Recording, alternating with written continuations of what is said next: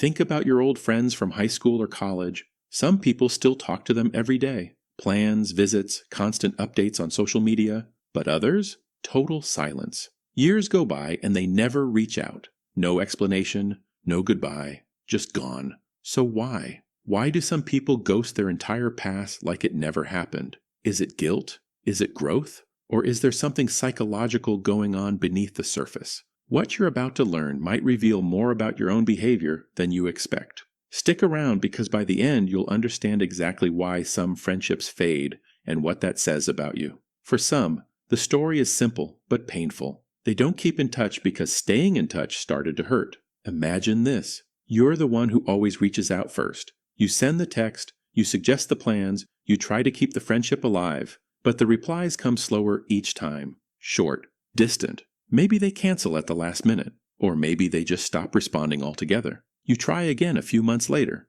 Same thing. You see them posting on social media, clearly active, clearly connected to other people, just not to you. Over time, the brain adapts. Psychologists call this learned helplessness, when repeated disappointment trains you to stop expecting good things from certain situations. So eventually, you stop reaching out. Not because you stopped caring, but because caring became exhausting. Every unanswered message felt like a small rejection. Every one-sided effort reminded you that maybe the friendship didn't mean as much to them. And at some point, your brain made a decision. It's safer to let it go than to keep getting hurt. This isn't coldness, it's self-preservation. For these people, the old friendships aren't forgotten. They're just filed away in a part of memory that's too painful to revisit. They learn that some relationships cost more emotional energy than they return. And while that might sound sad, it's actually a completely understandable response to repeated social pain. Their silence isn't about not valuing the past, it's about protecting themselves in the present.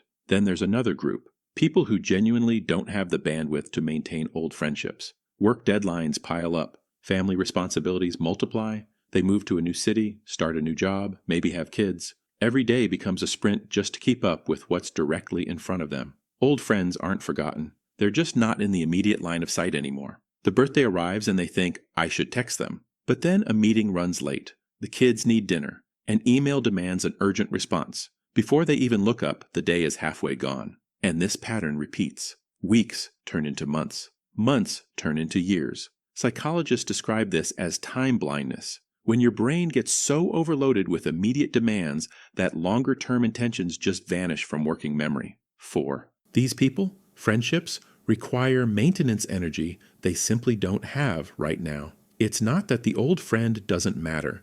It's that their cognitive capacity is running at full load, just managing the present. Studies in psychology show that humans can only maintain a limited number of close relationships at any given time. When life circumstances change, people naturally shift their social investment toward relationships that serve their current needs and context. The old college friend who lives across the country requires more effort than the neighbor they see every week. So the neighbor gets the attention, not because they're better or more important, but because proximity and relevance make that relationship easier to sustain. The drift isn't intentional neglect. It's relational triage in a world that demands more attention than any person can give. The friendships that fall away aren't necessarily the ones they value least. They're just the ones that require the most effort to maintain across distance and life changes. So if you've ever felt guilty about not keeping in touch, this might be why. It's not about failing as a friend. It's about being human in a world that asks too much of your finite attention. And finally, there's a third group.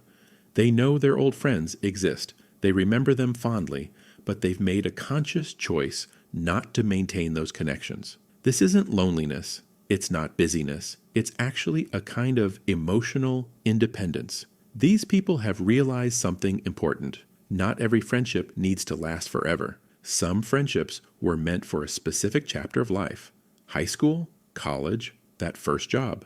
And when that chapter closes, the friendship can close too, without anything being wrong. Research in psychology shows that people who tie their self-worth to maintaining large social networks often experience more stress and less life satisfaction. They feel obligated to keep everyone happy, to stay connected to everyone from their past, to prove their worth through the number of relationships they maintain. But those who find validation within themselves don't need that external proof. They're selective about where they invest their social energy. They ask themselves, does this friendship still serve who I am now? Do we still have shared values, interests, life directions? If the answer is no, they let it go without guilt. This mindset is linked to what psychologists call self-determination theory, the idea that true well-being comes from autonomy, competence, and making choices aligned with your authentic self. For them, maturity means recognizing that their time and energy are finite resources.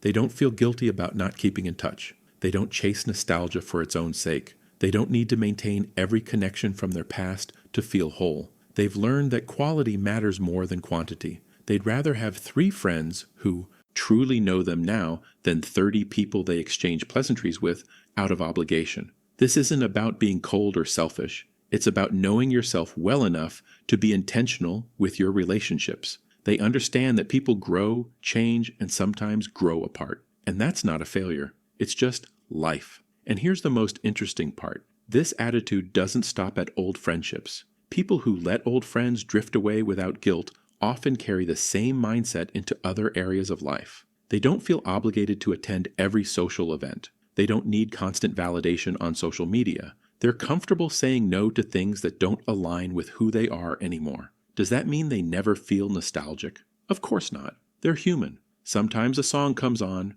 or a memory surfaces and they think about someone from years ago. But they've trained themselves to accept that people and priorities evolve. They can appreciate what those friendships meant without needing to resurrect them. So whether you stay connected to every old friend or let most of them fade away, both reveal something about you. For some, it's about pain and protecting yourself from repeated disappointment. For others, it's about priorities and simply not having the bandwidth in an overloaded life. And for many, it's about intentional growth and choosing to invest your energy where it matters most right now. The real question is, which one are you? Do you drift away because it hurts, because you're overwhelmed, or because you've chosen to move forward? If this made you rethink how you handle old friendships, you'll love the other psychology topics we cover here. Hit subscribe so you don't miss the next video. We explore the kind of psychology that actually explains you,